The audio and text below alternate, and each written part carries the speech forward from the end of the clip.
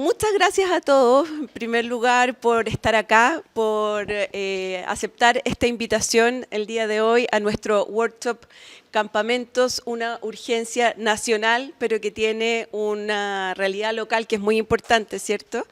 Sean todos muy bienvenidos. Hoy día tenemos una jornada más o menos larga. Vamos a partir ahora con dos bloques muy interesantes de conversación. Nos acompaña hoy día Javiera Moncada del equipo de Techo, la directora del Centro de Estudios de Techo, que nos va a contar respecto del catastro de campamentos que se lanzó hace un par de semanas ya. Y nos acompaña también hoy día Diego Gil, académico de la Universidad Católica, que ha estudiado el tema de campamentos durante mucho tiempo, durante muchos años, y nos va a contar respecto de un estudio ya que realizó la Universidad Católica recientemente. Y la idea justamente el del día de hoy es poder compartir estas experiencias con ustedes. La idea de hoy es generar los contactos, ¿cierto?, que tanto se valoran luego en el día a día de la gestión municipal que cada uno de ustedes realiza en su día a día. Pero principalmente también me encantaría poder agradecerles a todos los municipios que están hoy día con nosotros. Hay municipios que nos acompañan desde el día 1, ¿cierto? Pero hoy día también veo caras nuevas, ¿ya? Caras nuevas de equipos que van creciendo, vemos caras nuevas de equipos que se podrían ir sumando también a nuestra red, y por lo mismo me gustaría contarles un poquito acerca de cómo hemos ido trabajando y de cómo hemos ido avanzando durante los 2 años ya que llevamos de vida, ¿ya? Para que todos sepan, la red de municipios hoy día cuenta con más de 60 equipos municipales que participan en esta red.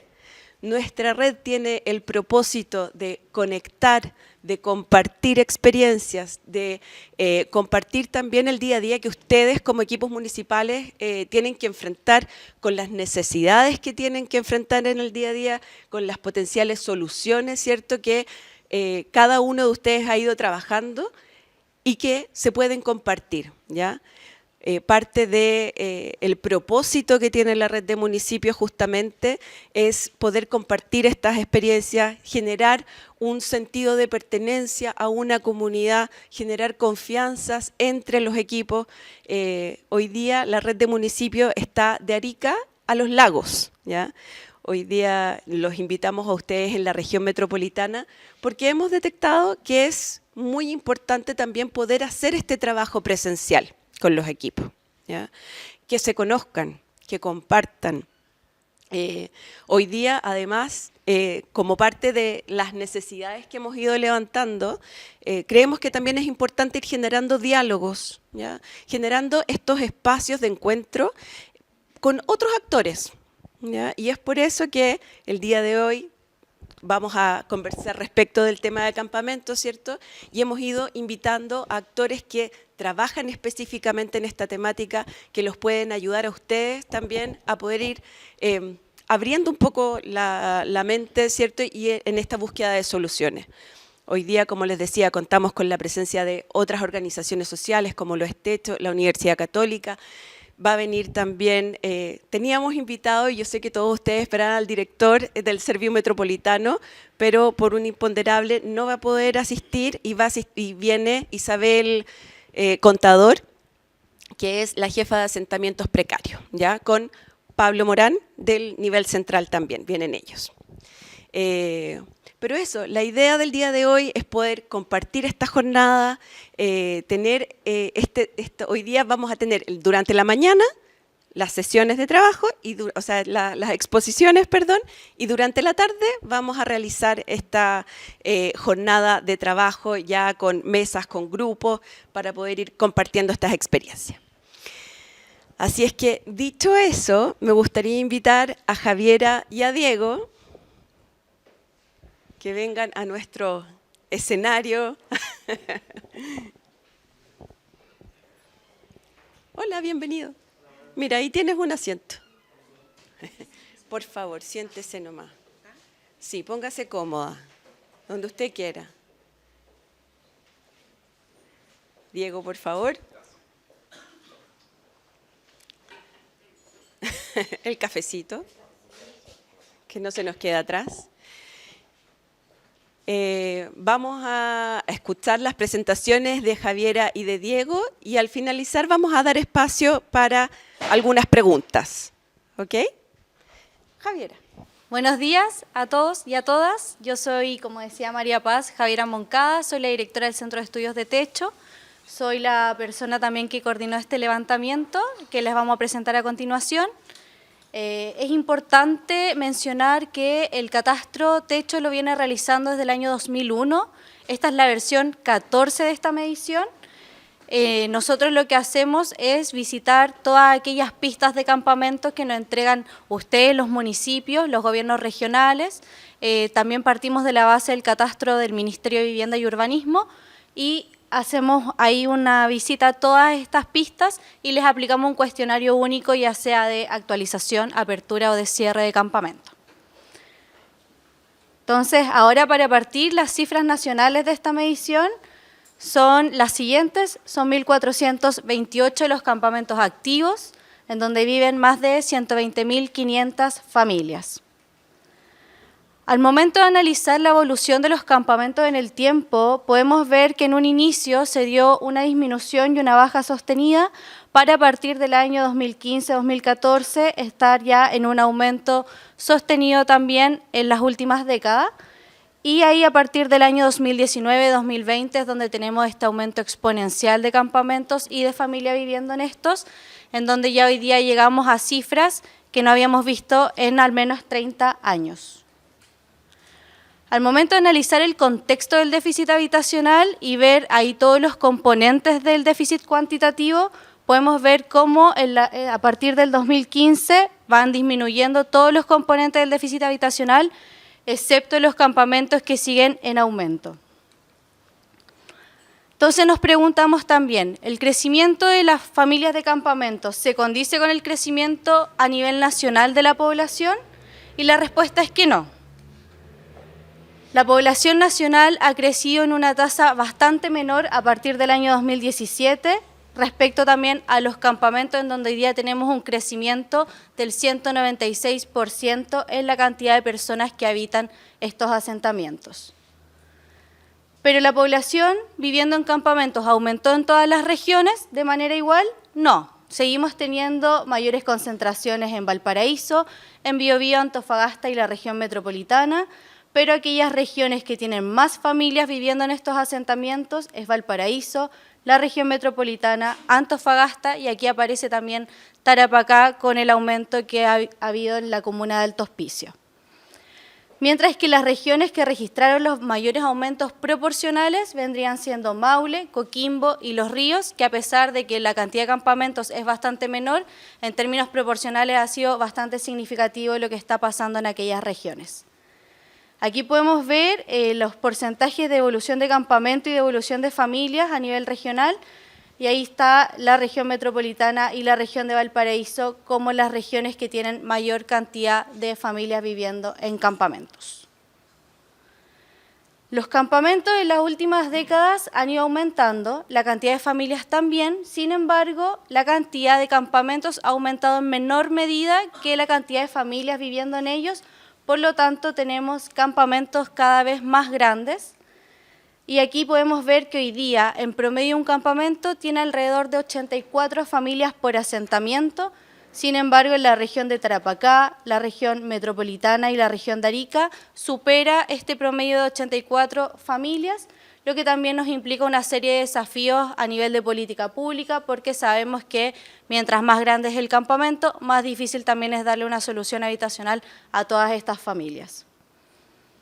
Las comunas más críticas vendrían siendo Antofagasta, Viña del Mar, Copiapó y Valparaíso, que son aquellas que concentran 1/3 de la cantidad de campamentos a nivel nacional. O sea, 1/3 de estos campamentos están tan solo en 4 comunas. Mientras que son 9 las comunas que concentran más de la mitad de la cantidad de familias a nivel nacional, resaltando Viña del Mar, Alto Hospicio, Antofagasta, San Antonio, Copiapó, Lampa, Valparaíso, Puente Alto y Colina. Cuando analizamos también el efecto que ha tenido el plan de emergencia habitacional y los desalojos, primero hay que entender que en la línea de campamentos hay dos planes, ¿cierto? Está el plan de gestión habitacional y por otro lado está el plan Construyendo Barrios, en donde entre ambas líneas se pretendía abordar a más de 28.000 familias viviendo en campamentos y hasta la fecha solo se han entregado 1.700 viviendas, lo que nos da una ejecución de tan solo el 6%. En cuanto a los desalojos, actualmente tenemos 447 campamentos que señalan estar amenazados de desalojo de manera formal e informal, en donde ahí dice 141, pero son 229 los que tienen hoy día una notificación formal y se concentran principalmente también en las regiones que hoy día tienen más campamentos. Aquí hay una imagen satelital de un desalojo que ocurrió en Villa Alemana, del campamento 18 de octubre, donde además vemos que post-desalojo tampoco ocurre una reconversión del terreno, por lo tanto también queda propenso a que se vuelva a tomar en muchos de los casos y también las familias de los campamentos desalojados se van o a otros campamentos o a vivir en allegamiento o en hacinamiento o en arriendo informal, lo que nos hace identificar que el problema solamente se va trasladando. En cuanto a algunas cifras sociodemográficas, los campamentos, como les decíamos, tienen 120.500 familias, lo que equivale a 350.000 personas aproximadamente viviendo en ellos, pensando en una tasa de 2,9 personas por hogar, porque los campamentos tienen ahí hogares también más pequeños.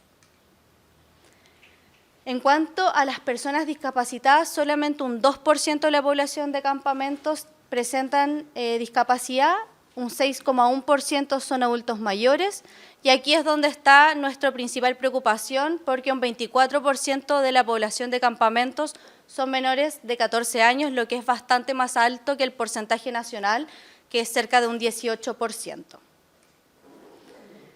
En cuanto a las familias pertenecientes a pueblos originarios, hay 9.500 familias que declaran pertenecer a un pueblo originario, que viven en campamentos. En un 48,5% de los campamentos hay alguna familia que pertenece a un pueblo originario, por lo tanto también es una variable que tenemos que tener en consideración a la hora de diseñar políticas habitacionales. La mayor concentración también de los pueblos originarios a nivel regional está en Los Lagos, la Araucanía y Arica, y el porcentaje más alto a nivel nacional lo tiene Arica con un 76% de familias pertenecientes a un pueblo originario. Pasando a la variable de migración, en el tiempo hemos ido viendo que efectivamente la población migrante en campamentos ha ido en aumento. La medición anterior nos señalaba alrededor de 39.000 familias, mientras que esta nos señala 47.000. Esto equivale a un 40% aproximadamente de familias migrantes en campamentos, y las regiones que tienen la mayor cantidad es la región metropolitana, Antofagasta y Tarapacá. Sin embargo, en términos proporcionales, está ahí en primer lugar la región de Tarapacá, seguida de la región metropolitana. Actualmente hay 33 campamentos a nivel nacional que están compuestos solo de familias migrantes, y cuando uno va recorriendo el territorio nacional también esta composición va variando. Tenemos un norte en donde hay mayor presencia de familias de países fronterizos como Bolivia, Perú, mientras que hacia el centro-sur van apareciendo ya familias más predominantes venezolanas y también haitianas. Aquí otro punto a destacar es que tenemos alrededor del 53% de las familias están concentradas solamente en 5 comunas. Ya las comunas que vendrían teniendo mayor cantidad de familias migrantes es Antofagasta, Alto Hospicio, Copiapó, Colina y Puente Alto. En cuanto a la tenencia y los servicios básicos, los campamentos siguen predominando la ocupación de hecho en más del 85% de los casos. Y en cuanto al acceso a los servicios básicos, tenemos un 7,6% que tiene un medidor propio, casi un 19% que accede de manera formal a la electricidad, y un 8% que tiene acceso a alcantarillado, y aquí lo más importante es que también tenemos un 43% de los campamentos que accede mediante la conexión a fosa séptica, que hoy día también es considerado como acceso formal al alcantarillado. Un poco más de caracterización, yo creo que ustedes lo han visto también en sus comunas, en sus territorios. Los campamentos, la mayor cantidad de ellos se conformaron entre el año 2010 y el 2019. Y aquí es importante entender que un 35% de los campamentos llevan al menos 14 años viviendo en estos asentamientos. Ahí cuando hacemos un zoom entre el año 2010 y 2024 podemos ver claramente que la explosión de los campamentos fue el año 2019 y 2020, en donde se conformaron 155 campamentos. En cuanto a los motivos de campamentación, aquí es importante entender que hoy día las familias de campamentos se desplazan a ellos por razones económicas principalmente. Está el alto costo de los arriendos, los bajos ingresos, y ha ido disminuyendo en el tiempo la necesidad de independencia, es decir, que lleguen a un campamento porque quieren dejar de ser allegados. Y aquí también es importante porque un estudio del BID hace poquito publicó que son alrededor de 460.000 las familias que están propensas a llegar a un campamento, principalmente por razones económicas también. Entonces, en los campamentos conformados después del año 2010, el alto costo de los arriendos y los bajos ingresos son los factores determinantes para estas familias, lo que también ha ido cambiando las causas de por qué estas familias se trasladan a los campamentos, ya que antes había una fuerte necesidad de independencia, principalmente por el allegamiento. Respecto a la trayectoria habitacional, esto también es importante porque la mayoría de las familias que se desplazan a los campamentos provienen o del mismo barrio o de la misma comuna. Entonces aquí también estamos hablando de que hay una presión respecto a la solución habitacional en los mismos espacios en donde están estas familias. Respecto a la trayectoria habitacional por macrozona, aquí resalta fuertemente Tarapacá, donde es la región que tiene mayor porcentaje de campamentos, en donde la mayoría de sus familias llegan directamente desde otro país.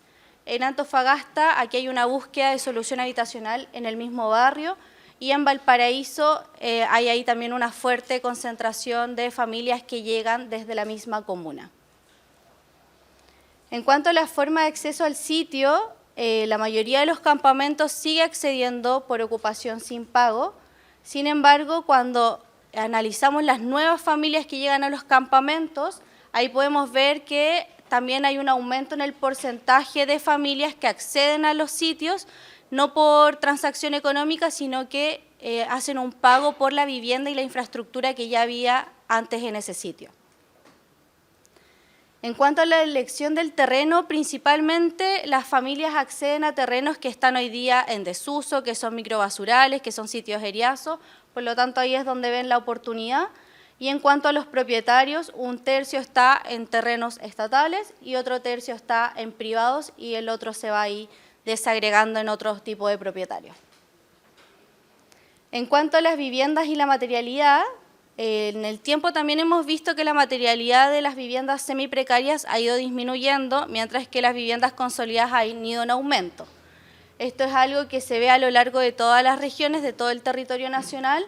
Sin embargo, aquí también hay que poner en la ecuación que finalmente un 35% de los campamentos llevan al menos 14 años viviendo ahí, y la solución habitacional hoy día se demora en promedio 11 años más, entonces estamos hablando de 25 años, lo que hace perfecto sentido también con la mejora de las viviendas. En cuanto a la organización comunitaria, hoy día tenemos un 78% de los campamentos con una directiva activa.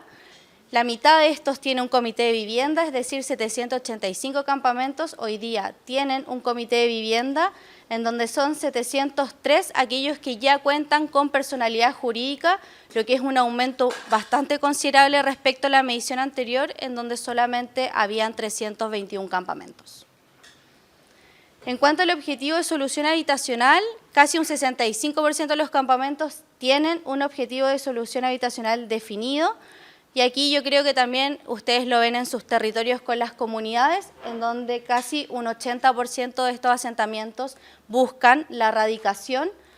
y cuando uno hace ahí una detención en la erradicación, porque sabemos que puede ser por urbanización, con la regularización de los servicios básicos o a través de la construcción de un proyecto habitacional, ellos prefieren la primera opción, más ligada también hacia la autoconstrucción y ahí el apoyo del Estado. Aquellos campamentos que prefieren la erradicación, la prefieren también a través de un subsidio colectivo, lo que aquí nos plantea una serie de desafíos porque sabemos que los campamentos no buscan una solución individual, sino que apuntan también a una solución colectiva, que hoy día está bastante fuera de las prioridades también de la política habitacional. Entonces, para ir cerrando, los principales hallazgos de nuestro catastro es que efectivamente hay un aumento en la cantidad de familias. Uno puede ver que en la curva del gráfico que mostré al principio es un aumento un poco menor a lo que se estaba observando antes. Sin embargo, volvemos hacia lo que se veía antes del año 2019 y entre mediciones tenemos 6.000 nuevas familias viviendo en campamentos, en donde la mitad está ubicada en la región de Antofagasta. Por otro lado, tenemos mejoras en la habitabilidad, en el acceso a los servicios básicos, en la materialidad de la vivienda, lo que también responde a los largos tiempos de espera. Por otro lado, tenemos el impacto de los desplazamientos por desalojos. En esta medición nosotros identificamos que son alrededor de 3.500 las familias que han sido desalojadas a lo largo del país y tenemos 447 campamentos amenazados. También estamos viendo cambios en la composición de los campamentos, mayor porcentaje de menores de 14 años hacia el norte, mayor porcentaje de hogares unipersonales hacia el sur, que también nos señala que hoy día necesitamos una política habitacional que abarque particularidades regionales. Y finalmente tenemos la mayor organización comunitaria, que esto es una buena noticia, sobre todo para una organización como lo es Techo, que tenemos ahí también nuestro foco, en donde sabemos que un campamento con mejor organización puede postular de manera más fácil también a los subsidios y tiene ahí la demanda organizada, que es como el paso cero para este avance en solución habitacional. Eso por el lado del catastro, así que muchas gracias.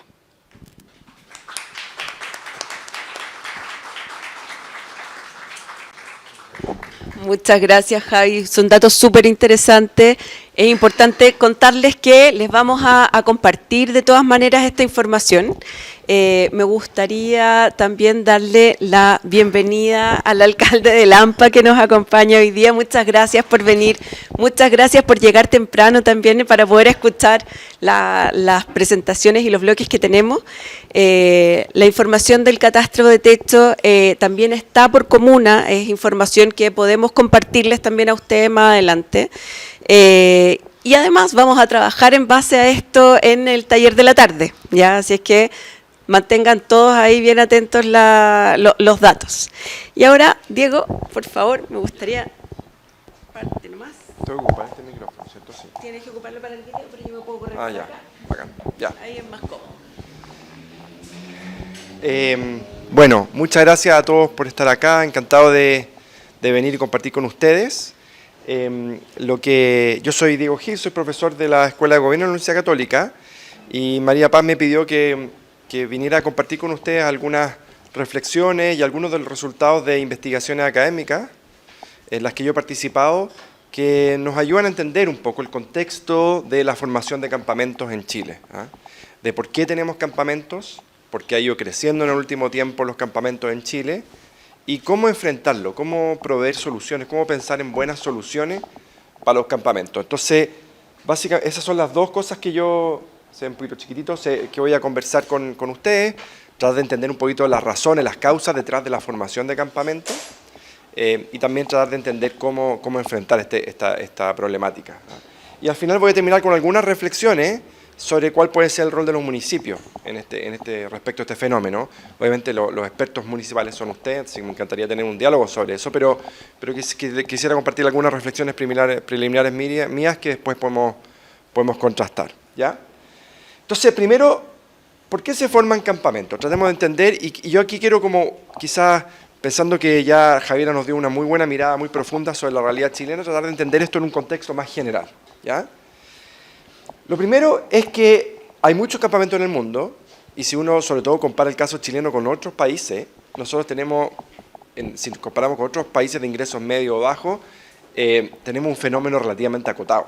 Es decir, hay 1.1 billones de personas viviendo en campamentos en el mundo. O sea, el 14% de la población mundial vive en un campamento.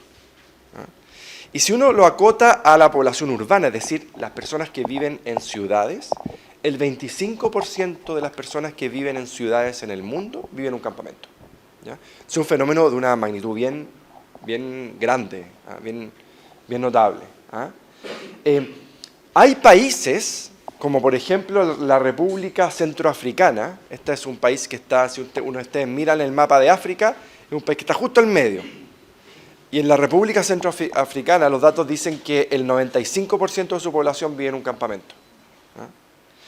Y después tenemos países como Noruega, países muy ricos, donde nadie vive en un campamento. Entonces hay mucha heterogeneidad, ¿cierto? Países que tienen una presencia masiva de campamentos y países que no, donde no hay campamentos. Y que obviamente está muy relacionado con el ingreso, con la riqueza del país. Países muy ricos, de mucho crecimiento económico, tienen muy pocos campamentos o no tienen campamentos. Países muy pobres tienen muchos campamentos. El tema es que en países de ingresos medios, como Chile, la realidad es un poquito más heterogénea. Tenemos países de ingresos medios con muchos campamentos, países de ingresos medios con menos campamentos. La típica forma de pensar en la formación de campamento es la teoría de la modernización de la que hablan muchos economistas, ¿cierto? Es decir, no sé si puedo mostrar aquí, no sé si tiene, no, hice algo, apreté mal acá. Ahí está el puntero, ya, perfecto. La típica forma de pensar esto en que los campamentos son mecanismos de acceso a la ciudad. Esos son los campamentos. ¿Ya? Entonces, a medida que los países se van desarrollando económicamente y se van urbanizando, los campamentos van subiendo. Es decir, países muy poco modernizados, altamente rurales, tienen pocos campamentos, pero a medida que las ciudades van creciendo en estos países y estos países se van desarrollando, los campamentos van creciendo. ¿Ya? Y después los campamentos van disminuyendo a medida que esos países siguen creciendo, siguen acumulando ingresos y las familias se van saliendo de los campamentos. Es como la típica forma de entender por qué crecen los campamentos. Es decir, no sé, el fenómeno de los campamentos empezó a ser muy relevante en Chile en la medida en que las personas fueron migrando del campo a la ciudad. La migración campo-ciudad es como el gran factor detrás de la aparición de los campamentos. El tema es que hay también autores que hablan de que los campamentos son trampas de la pobreza. ¿Ya? ¿Y por qué le llaman trampas de la pobreza? Porque efectivamente muchos migrantes rurales van a la ciudad, se instalan en un campamento y la idea es que ese campamento sea algo transitorio, ¿cierto? Que estén por ahí un momento mientras de a poquito van buscando una solución formal en el mercado habitacional. Esa es como la idea, digamos, detrás. Pero la vida en un campamento es una vida muy dramática, donde hay mucha vulnerabilidad de todo tipo. Desde el punto de vista de no hay acceso a servicios básicos muchas veces, es muy difícil acceder a empleos formales, los campamentos están muchas veces en zonas de riesgo, las condiciones sanitarias de los campamentos son muy complejas. Entonces, muchas familias van a un campamento con la esperanza de que sea una solución transitoria y se quedan ahí. Y, digamos, su posible salida o mejora de oportunidades va decreciendo en el tiempo. Entonces, este es un estudio de la India, por ejemplo, que muestra que mientras más tiempo la gente se queda en un campamento, menos ingreso acumula. Los que más tiempo están en un campamento, menos ingreso acumulan respecto a los que están poco tiempo en un campamento. Entonces, es un problema de política pública la formación de campamentos y sobre todo es un problema de política pública cuando las familias se quedan mucho tiempo en un campamento. ¿Ya? Ahora, hay otras explicaciones de la formación de campamentos que la investigación académica ha ido identificando, ¿cierto? Está el tema, por ejemplo, de la capacidad del Estado, es decir, cuando los Estados no tienen una buena capacidad institucional de generar oferta habitacional, obviamente es un problema. Está el tema del sistema jurídico deficiente, cuando hay muy malas reglas de derechos de propiedad, cuando hay muchos países que tienen, creo que no es el caso chileno, pero por ejemplo en otros países latinoamericanos, muy difícil registrar tu propiedad, hay un mercado muy informal de la propiedad y eso genera mucho campamento. También siempre ha habido un vínculo político con los campamentos. Hay momentos en que la política como que tolera los campamentos. Y de hecho hay un estudio bien interesante de una profesora de Harvard, que se llama Alicia Holland, que estuvo estudiando los campamentos en Santiago versus Bogotá y Lima. Y ella decía, de hecho, que una diferencia muy importante entre Bogotá, Lima y Santiago es que en Lima y en Bogotá los políticos toleran mucho los campamentos. Hay más tolerancia política a los campamentos. Mientras que en Santiago se toleran menos los campamentos. Ahora, este es un trabajo que ella hizo como el 2015, entonces obviamente la realidad ha cambiado mucho desde que ella escribió ese texto.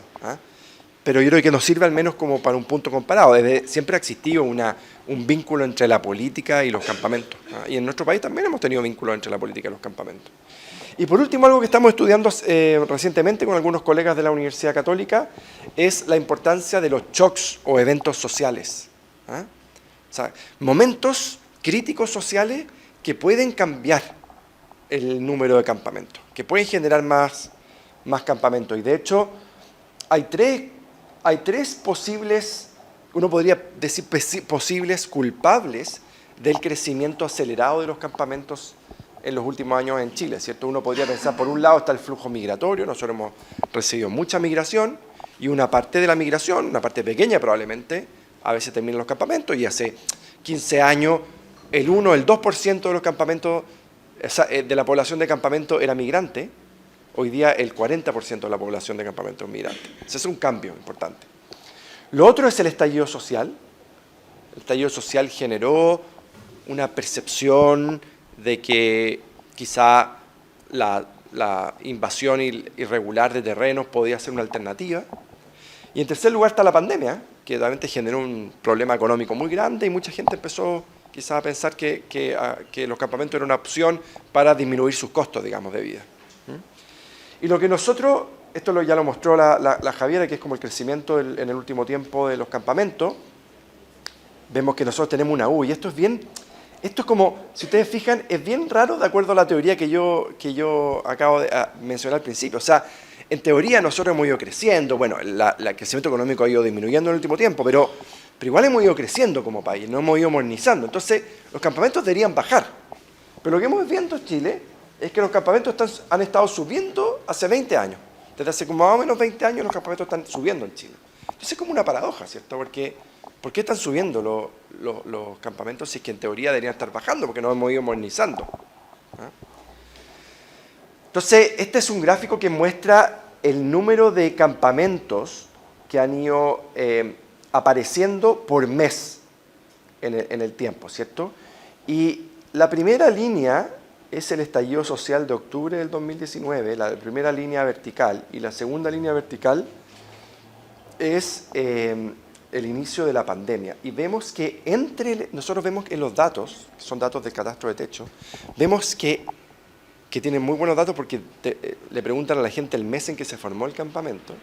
Nosotros vemos que entre el estallido social y antes de la pandemia hubo un crecimiento bien acelerado del campamento. Es decir, los campamentos venían subiendo y se aceleró en ese periodo histórico.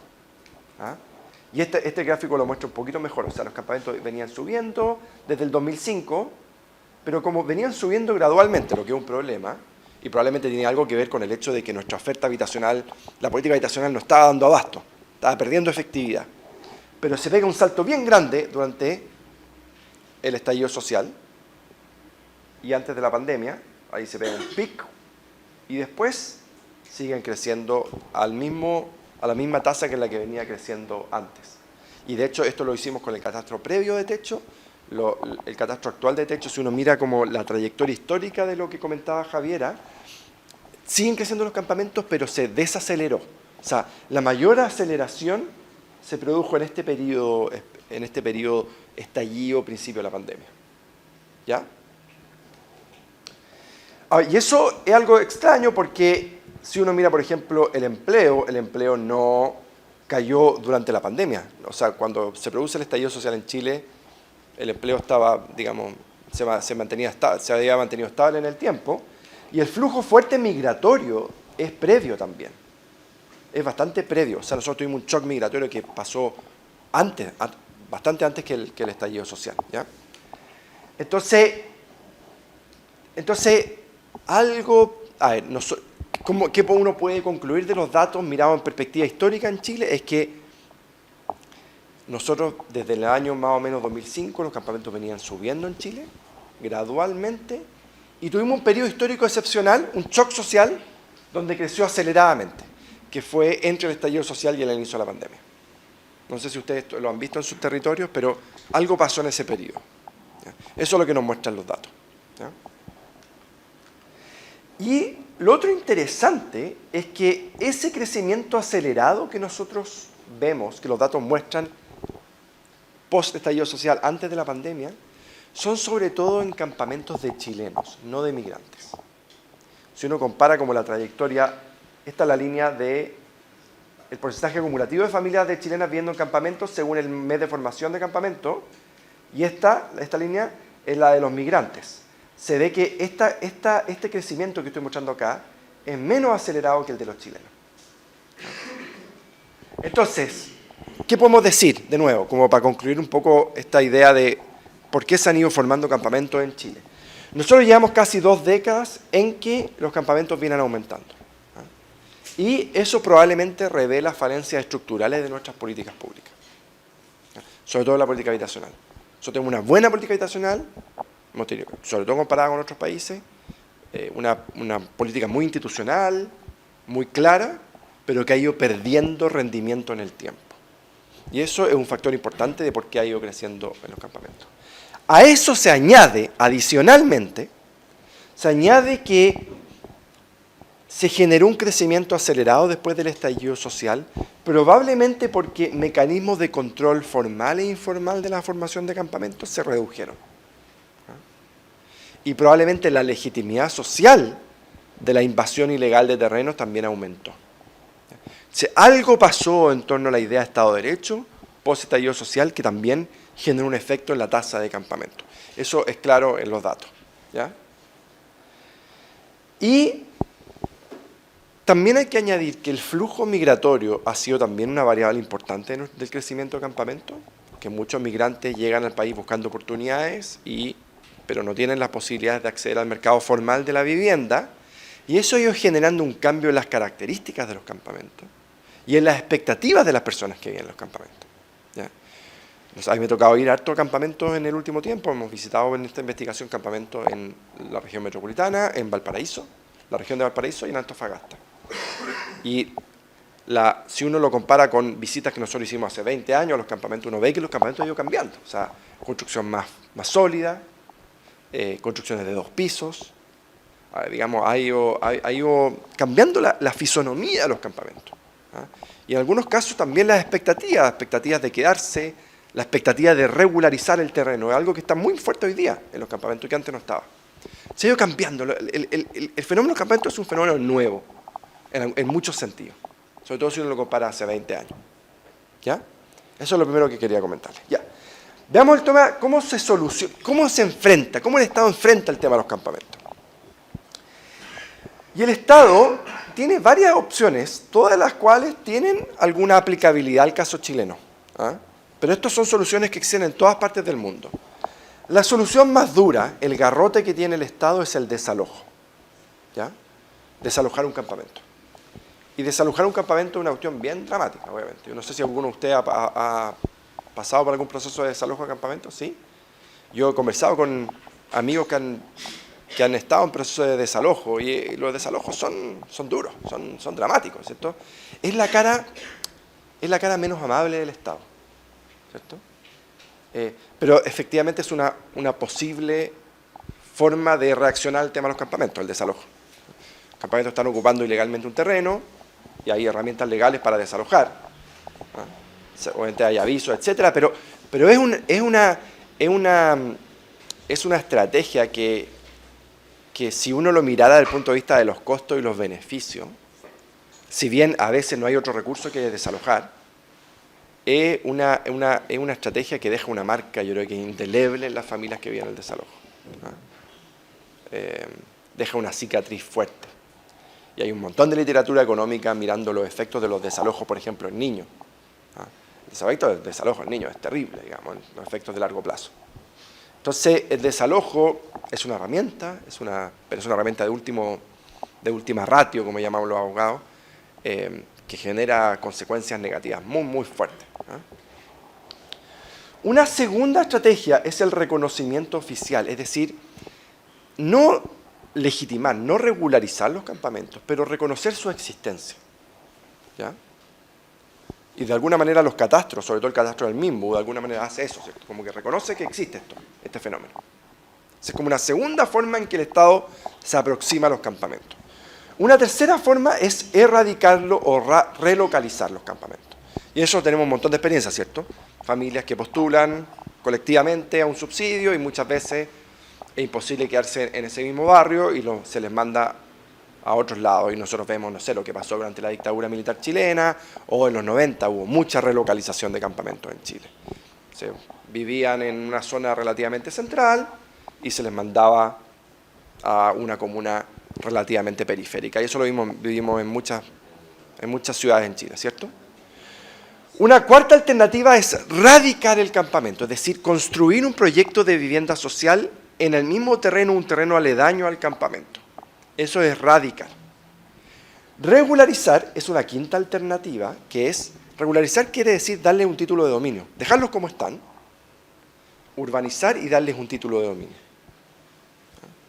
Y por último está regularizar y mejorar el campamento. En la literatura se llama, los mecanismos en inglés se llama slum upgrading, ¿cierto? O sea, yo le doy un título de dominio y además mejoro sus condiciones urbanas territoriales. ¿Ya? Entonces, si se ven, hay como un continuo acá, desde la cara más dura del Estado, la cara más agresiva, más represiva del Estado, el desalojo, esta es alternativa, a la cara más amigable, ¿ya? Más amistosa del Estado, que es la regularización con mejoras. Son todas estas alternativas y los Estados en todas partes del mundo tienen esta batería de instrumentos que usan de distintas formas. ¿Ya? La pregunta es, ¿qué estamos haciendo nosotros en Chile con los campamentos? ¿Qué es lo que estamos haciendo? ¿Qué nos dicen los datos? Aquí voy a ver algunos datos de techo, del último del informe. Me estoy aprovechando el trabajo de la Javiera para mostrarle algunas cosas. Primero, desalojo. Casi un tercio de los campamentos tiene alguna amenaza formal o informal de desalojo. El desalojo es algo que, no sé, yo trabajé en techo entre el 2005 y el 2007, no lo veíamos mucho el desalojo en esa época. Hoy día tiene una presencia bien significativa el desalojo. Y bueno, está todos los dramas que estamos viendo, hay varios desalojos que en Lampa se produjo hace poco. ¿Quién es de Lampa acá? ¿Quién está en Lampa? Alcalde.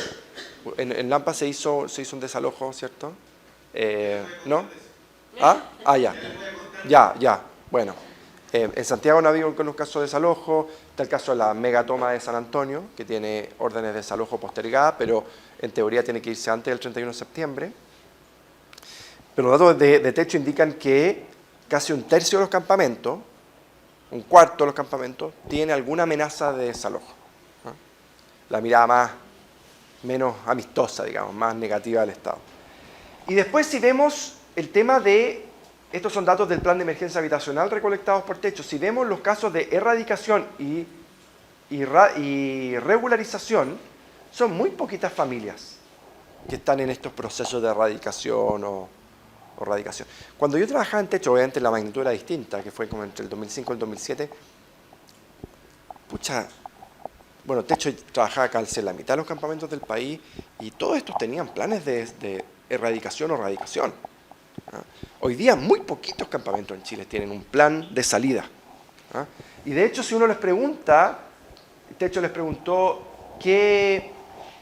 cómo están los avances en sus soluciones habitacionales, el 37% dice que no hay nada. El 37% de los campamentos no tienen ni un plan. El 42% dice que sí, que se están organizando, pero no hay ningún plan tampoco, digamos. O sea, un porcentaje ínfimo, menos del 10%, menos del 5%, tiene un contacto cercano con el serbio. ¿Ya? Entonces, de nuevo, si uno mira estas estrategias, pareciera que estamos en una fase en que el Estado está llegando a los campamentos con su lado menos amable. Y el problema de esto, digamos, el desalojo es una herramienta legal, digamos, y hay veces en que no hay ninguna alternativa, yo lo entiendo. Pero lo que sabemos, lo que la literatura económica es súper clara, la literatura académica, perdón, es que el desalojo, una buena solución de campamento, las mejores soluciones de campamento no son la cara negativa, sino que las caras más amables del Estado. La política pública tiene que hacerse cargo de los campamentos. Y por eso las familias, en su gran mayoría, prefieren la radicación a la erradicación. Prefieren quedarse. Y yo creo que, yo agregaría algo un poco más complejo, que es que el problema es que muchas familias hoy día quieren regularizarse. Regularizarse es distinto a radicarse. Radicarse es que se les construye un proyecto, un conjunto habitacional en una parte del terreno. Regularizarse es decir, ok, quédense donde están y les doy un título de dominio. Y eso muchas veces no se puede hacer. Entonces, Techo no preguntó la diferencia entre regularización y erradicación. Yo creo que es algo que podrían indagar mejor en los próximos catastros. Pero la gente en general en los campamentos quiere mantenerse viviendo donde está, en esos barrios. Y no quiere relocalizarse a otras partes de la ciudad. Y de hecho, la evidencia es bien concluyente de que la radicación, no estoy hablando de regularización, la radicación es mucho mejor que la erradicación. En los mejores estudios que nosotros tenemos son unos estudios que están haciendo dos economistas chilenos que trabajan en Estados Unidos, Fernanda Rojas y Felipe Carrera. Felipe Carrera fue voluntario de Techo, de hecho. Son profesores de economía en Estados Unidos, y ellos estudiaron los efectos de largo plazo de las erradicaciones de campamento que se hicieron en Chile durante la dictadura, entre el 79 y el 85. ¿Ya? Y en ese programa, que fue un programa específico de erradicación, que se implementó entre 1979 y 1985, 2/3 de los campamentos de esa época se erradicaron, se relocalizaron, se les mandó a otras partes de la ciudad. 1/3 se les radicó en ese mismo lugar. Las consecuencias de largo plazo son impresionantemente distintas. Es decir, los niños que fueron erradicados ganan en el tiempo. Ellos miraron con datos, siguieron a los niños en el tiempo. Y cuando esos niños eran adultos, los erradicados ganaban mucho menos que los radicados. Y tienen además los radicados tienen más empleo formal, mejor acceso al empleo que los erradicados. ¿Ya? Entonces la radicación es una mejor solución, al menos la evidencia indica que es una mejor solución, al menos en el contexto chileno, que la erradicación de campamento. ¿Ya? Y, por cierto, mejor que el desalojo. Entonces termino con algunas reflexiones sobre el rol sobre cómo motivar una discusión a partir de estos datos y estas ideas, sobre todo pensando en el rol de los municipios. Los municipios son un actor intermediador clave de la política habitacional chilena. No son los responsables de la política, pero tienen un rol intermediador muy importante. Y tienen un rol intermediador que es importante tanto en la prevención de formación de campamentos como en la solución de los campamentos. El desalojo de campamentos es una herramienta legal, pero a mí me parece que tiene que ser una herramienta muy excepcional.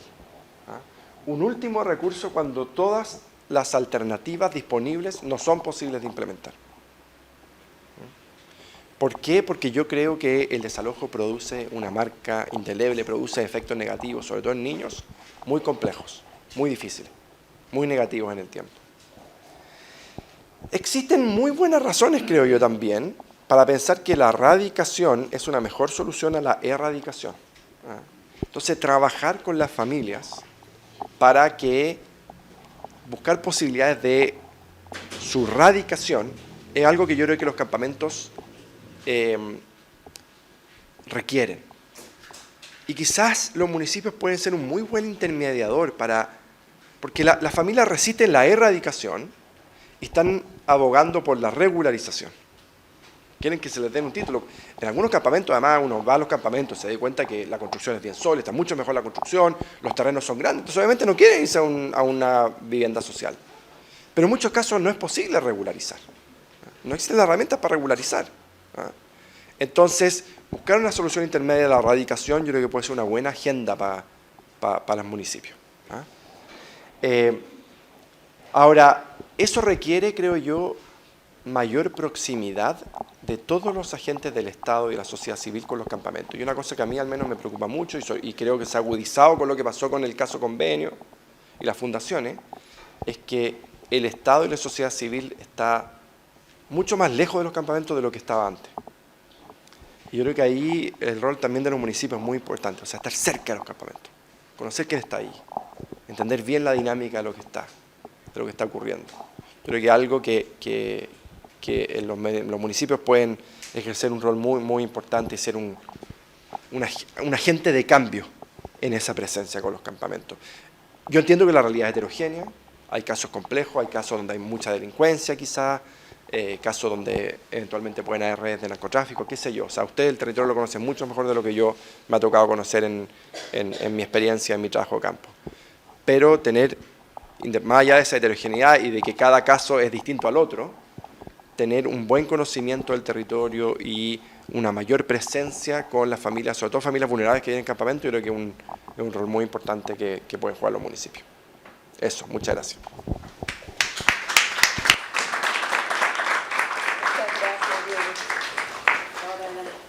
Es interesante poder generar un diálogo al respecto, ¿ya? Sobre todo, uno, por la data que mostraba Javiera, ¿cierto?, de este aumento en la cantidad de familias, pero con otras condiciones dentro de los campamentos hoy día. Eso creo que podría ser interesante si es que alguno de ustedes quiere compartir su experiencia, ¿cierto?, por una parte. Y por otro lado, lo que comentaba Diego también hacia el final, ¿cierto?, este rol intermediador que puede tener un municipio en la búsqueda de esta solución. ¿Hay alguien de la audiencia que quiera pedir la palabra? Catalina. Si las familias tienen una expectativa sobre la radicación o la localización, ¿cierto?, de sus propias viviendas en los terrenos, la política pública no ha avanzado sobre eso, porque Diego comentaba sobre esa experiencia, por ejemplo, como entre el 70 y 80, que existe como una erradicación de familias, poca localización o radicación en los terrenos, ¿cierto? Pero ha existido alguna vez, por ejemplo, en la historia chilena, la real, por ejemplo, radicación de familias en terrenos, porque, mirándola como política pública, ¿no? Porque yo veo la experiencia, al menos de Cerrillos, en donde existen distintos campamentos y la verdad, los campamentos que están no logran poder tener una política habitacional ni el apoyo tampoco del Estado para poder generar estrategias de regularización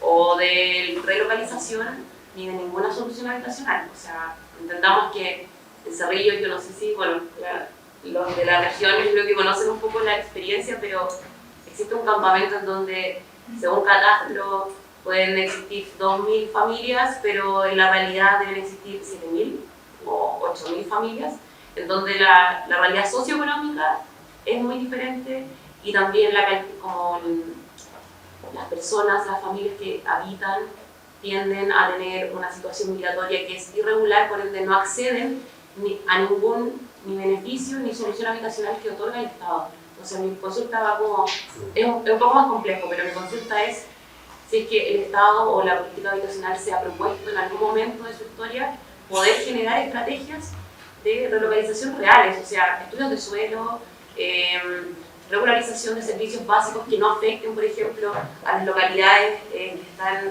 aledañas a los campamentos, que también es una problemática como bien vigente que ocurre hoy. Es que el tema es complejo. ¿Sí? ¿Está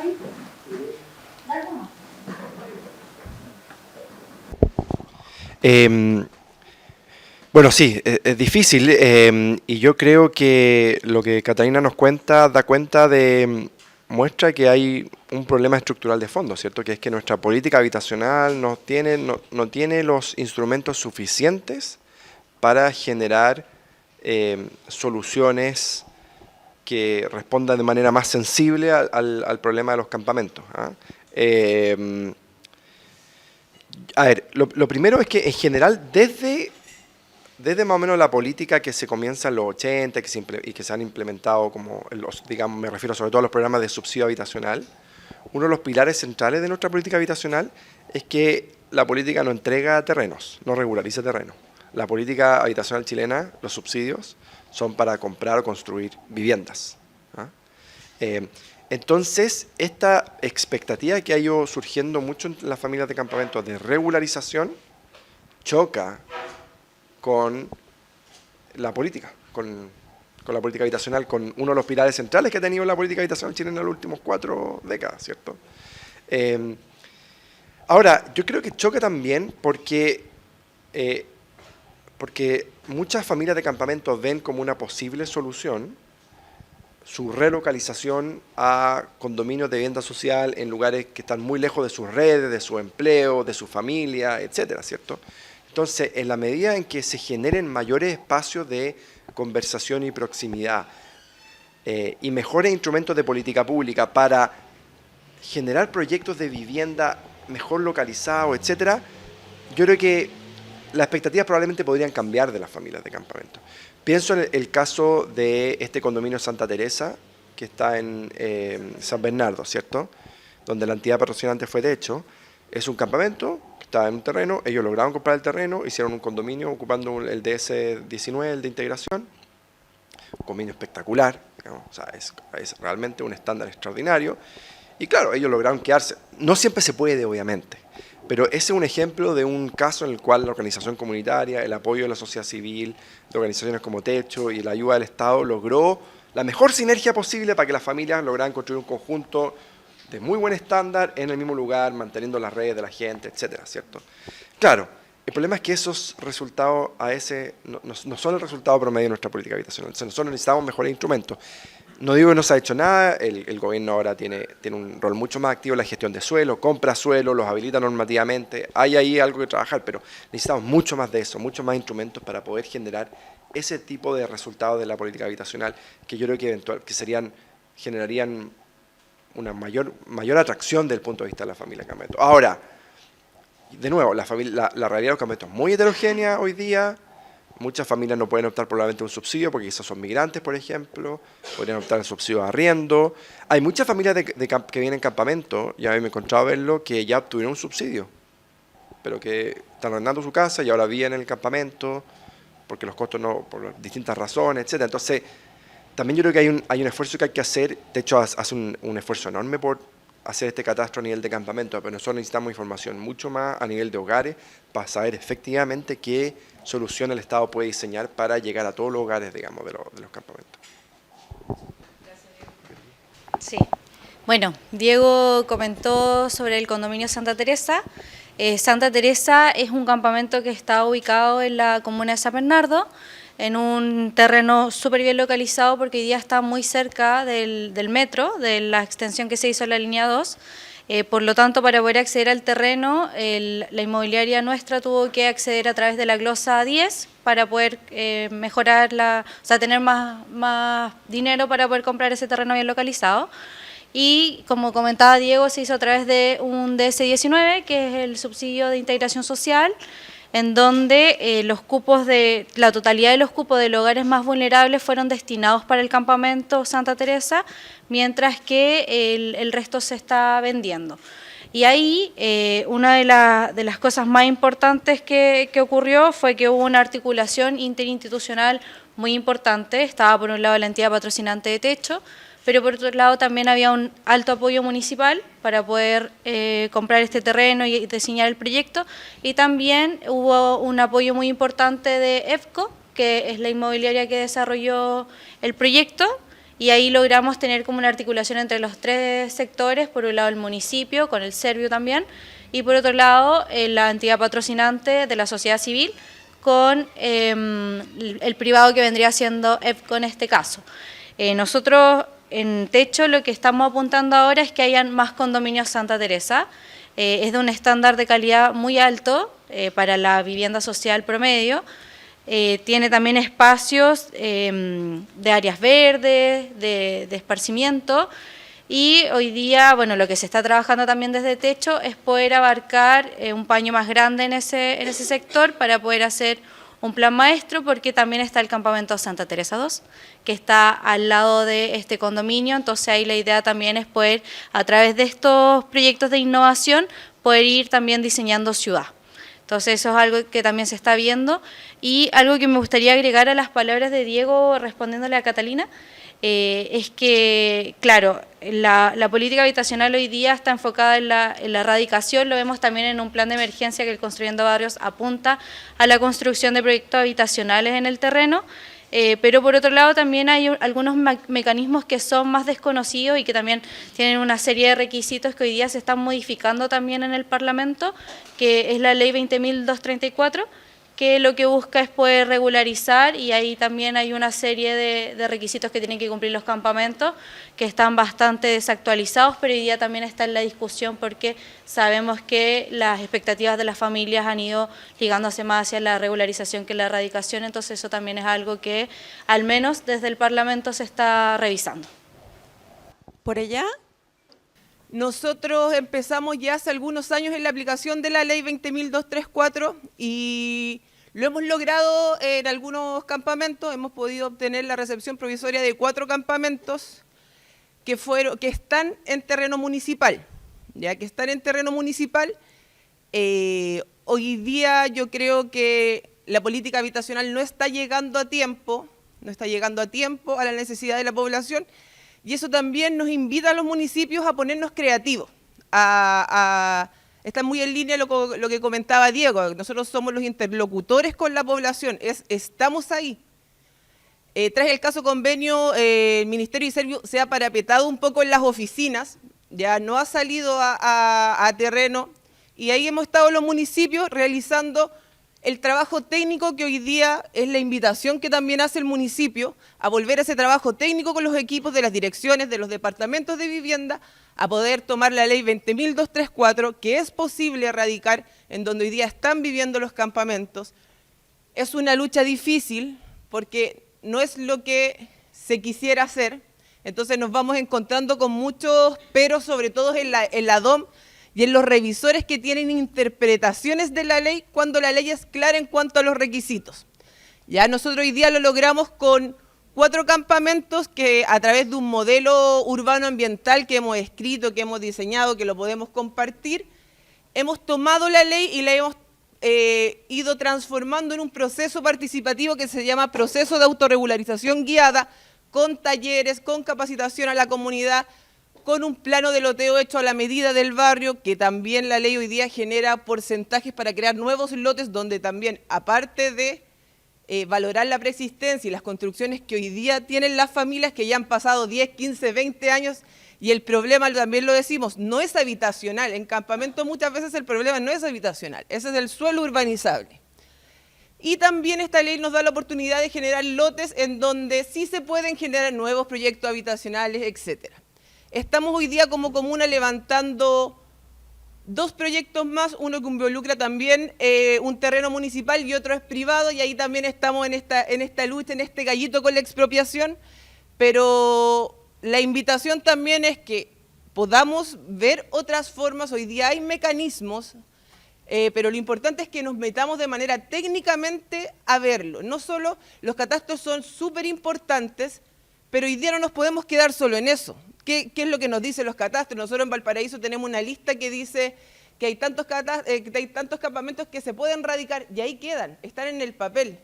No hay planos de loteo, no hay intenciones. Entonces somos los municipios los que tenemos que hacer esa fricción y no esconder los datos, sino hoy día ponerlos sobre la mesa y decir, esta es la realidad de nuestra comuna, y existe esta herramienta que es la ley 20.234, que nos abre la puerta a la erradicación y a poder mejorar las condiciones de vida de las personas a través de la urbanización. Muchas gracias, Paula. Daniel, por allá. Daniel, también de la Municipalidad de Viña. Sí, buenos días. Un poco comentarle a propósito de la pregunta. En Viña del Mar nosotros trabajamos en procesos de reedificación vía urbanización. Y esa es nuestra forma de abordar los campamentos. Históricamente Viña del Mar y Valparaíso ha trabajado de esa forma. Hay herramientas, y la ha habido hace mucho tiempo, se han ido perfeccionando. Pero hay herramientas locales, como dice el título, que son las que hay que ir levantando. En Viña del Mar o en la región de Valparaíso existe un convenio que financia obras de urbanización. Es un convenio entre el GORE y el MIMBU. Y entendemos que esos convenios no existen en todo Chile. Y esa realidad local se da justamente porque Viña del Mar ha sido históricamente un proceso de toma de terreno y de urbanizaciones. Por lo tanto, la forma de trabajar que tiene la municipalidad son estas radicaciones en base al catastro, obviamente, de territorios con estrategia de radicación, y se van financiando por este convenio MIMBU-GORE, ¿ya? El problema son los procesos que son muy lentos y largos, en procesos de urbanización, pero estos culminan con las obras de urbanización completa y después entra una empresa privada o municipal a gestionar los proyectos de vivienda. Ese es el proceso que nosotros tenemos como municipalidad. Básicamente eso, aclarar que las herramientas están, pero creemos que la realidad local es la que motiva las soluciones que vamos tomando. Nosotros tenemos disponibilidad o siempre hemos tenido disponibilidad de terreno, a diferencia de lo que pasa acá en Santiago, que el terreno tiene un mayor precio o un mayor cuidado. Allá es al revés. Entonces, un poco para aclarar ese punto de vista. Súper, muchas gracias, Daniel. Aquí me pidió la palabra César. Yo creo que son bastante disímiles las realidades que tenemos entre distintas comunas, porque no todos los campamentos que están en nuestras ciudades son regularizables. Sí tenemos nosotros un problema en torno a la necesidad de la relocalización, porque hay terrenos en los cuales no solamente es el problema habitacional, como decían en las palabras anteriores, sino que... ¿Cómo? Sí, no hay problema. Sí, no solamente son problemas habitacionales, sino que también hay problemas urbanos. Nosotros tenemos campamentos en donde están expuestos a factores de riesgo, los cuales hacen imposible que regularicemos, por ejemplo, un campamento que está al lado de empresas de combustible, donde pasan oleoductos que son infraestructura crítica y que cualquier incendio, cualquier externalidad podría hacer que eso explote. O sea, hay distintas realidades en donde se hace necesaria la relocalización o radicación en terrenos cercanos, pero la política pública como se está estructurando en estos momentos no está tomando en cuenta factores que sean de planificación urbana. O sea, muy bien lo decía Diego Gil en su presentación, la forma en la que ha ido cambiando la estructura de las políticas en este gobierno con la implementación del plan de emergencia habitacional. Dejaron de haber llamados exclusivos para campamentos en lo que fue la resolución 663, se empezó a compartir el financiamiento con los restos de comités de viviendas para estrategias de relocalización, que sería lo que viabilizaría el plan de gestión habitacional. Pero la postulación de proyectos que sean de campamentos dejó de primar una planificación urbana, no hay una priorización ni un plan a nivel metropolitano para relocalización de estos campamentos, que es urgente de acuerdo a sus características urbanas, sino que está primando solamente el derecho de propiedad luego de la publicación de la ley 21.450 en noviembre del 2023, donde se está empezando a aplicar la ley de usurpación, y hemos visto que en la región metropolitana lo que está primando en la gestión del servicio metropolitano, desgraciadamente, está haciendo la aplicación de ese derecho de propiedad más que una planificación urbana en los campamentos que sea necesario relocalizar. Entonces, ahí es bien importante la cara que está mostrando el Estado en cuanto a la distinta batería de las 6 medidas distintas que tenía para abordar los campamentos.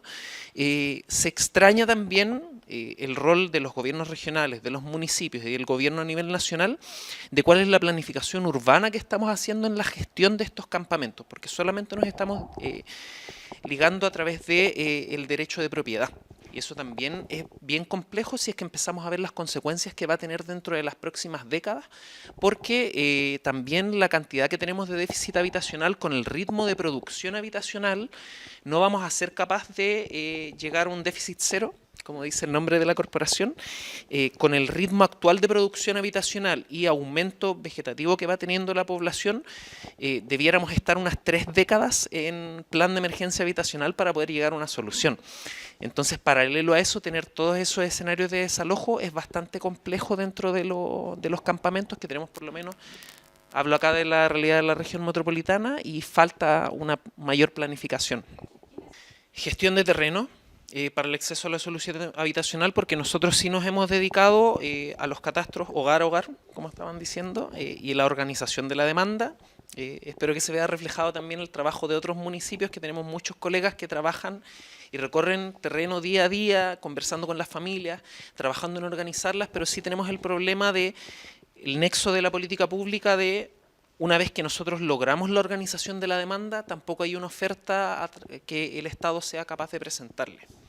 Y ahí también hay temas de la adquisición de terrenos, cómo se van ligando las familias de campamentos que es necesario relocalizar de forma urgente, porque nosotros también vamos priorizando la organización de la demanda de las familias que viven en sectores en los cuales no debieran poder seguir viviendo. Y ahí también hay algunos problemas en la organización de la demanda, en los modelos de intervención, porque el caso de Santa Teresa, yo desconozco cuántas familias sean, porque ya es más complejo para nosotros, también para la colega de Cerrillo. Nosotros también tenemos que intervenir en campamentos donde tenemos 480 familias, 690 familias, 2.000 familias. Entonces, cuando ya estamos hablando de un problema de esa magnitud, hablar de una radicación, por ejemplo, vía CNT o regularización también es compleja. Las casas que se van haciendo, hay ahí todo un tema de la movilidad residencial que van habiendo, familias, viviendas en los cuales pasan 3, 4 familias y cada una van siendo mejoras progresivas de las viviendas, pero tampoco tiene la misma planificación que tenían campamentos en los años 60, en los años 70, donde sí había una preocupación por el distanciamiento, por ejemplo, u otros campamentos que contemporáneamente van surgiendo, pero se preparan para la erradicación.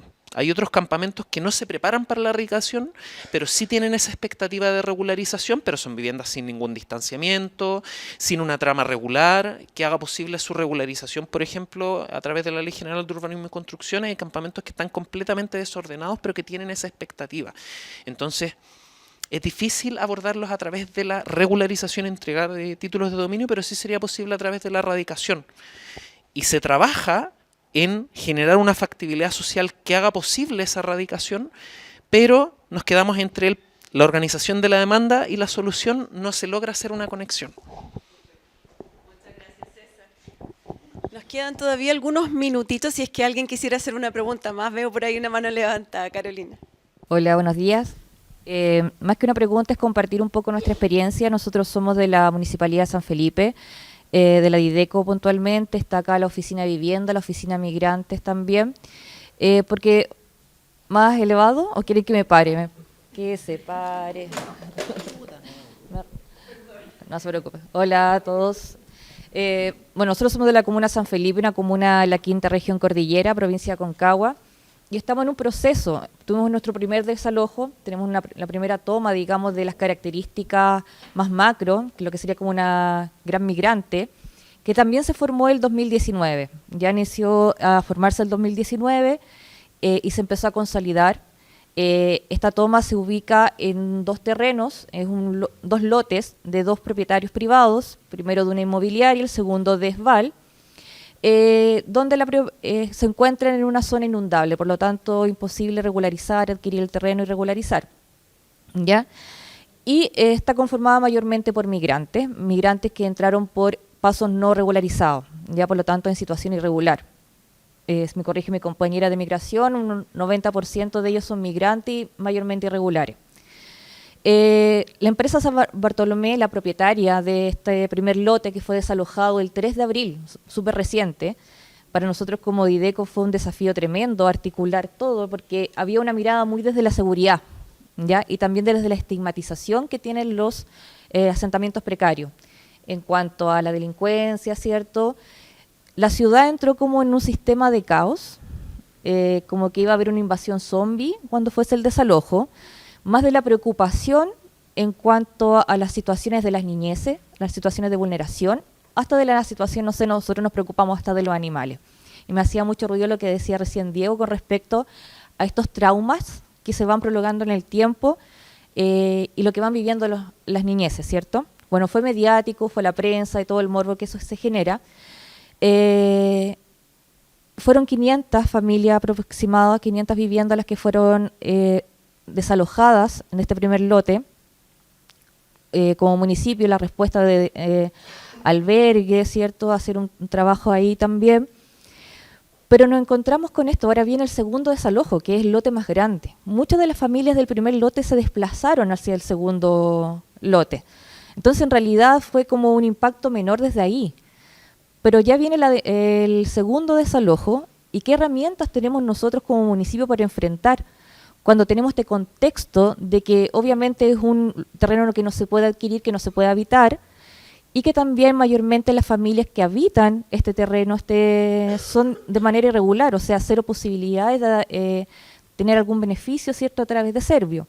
Ahora sí, con las familias que nos están de manera regular, a través de la Oficina de Vivienda hemos postulado subsidio de arriendo, hemos postulado otro subsidio, hemos también, con las familias que tuvimos en el albergue, lograr a través de Fondo Orasmi apoyo con los arriendos, pero son medidas mitigadoras que en realidad no van a la solución mayor.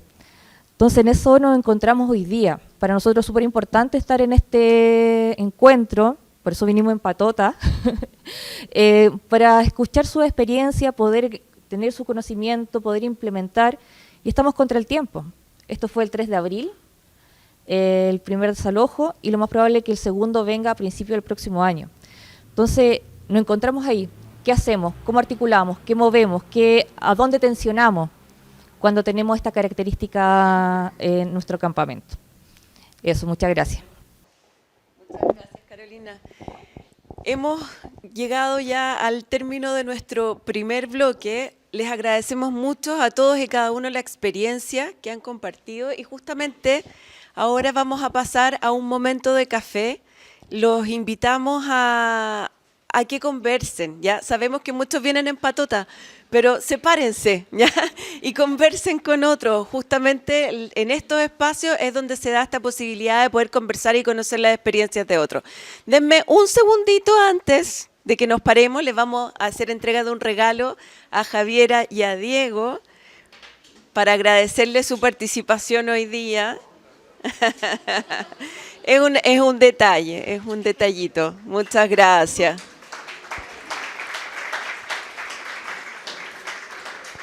Muchas gracias, chicos.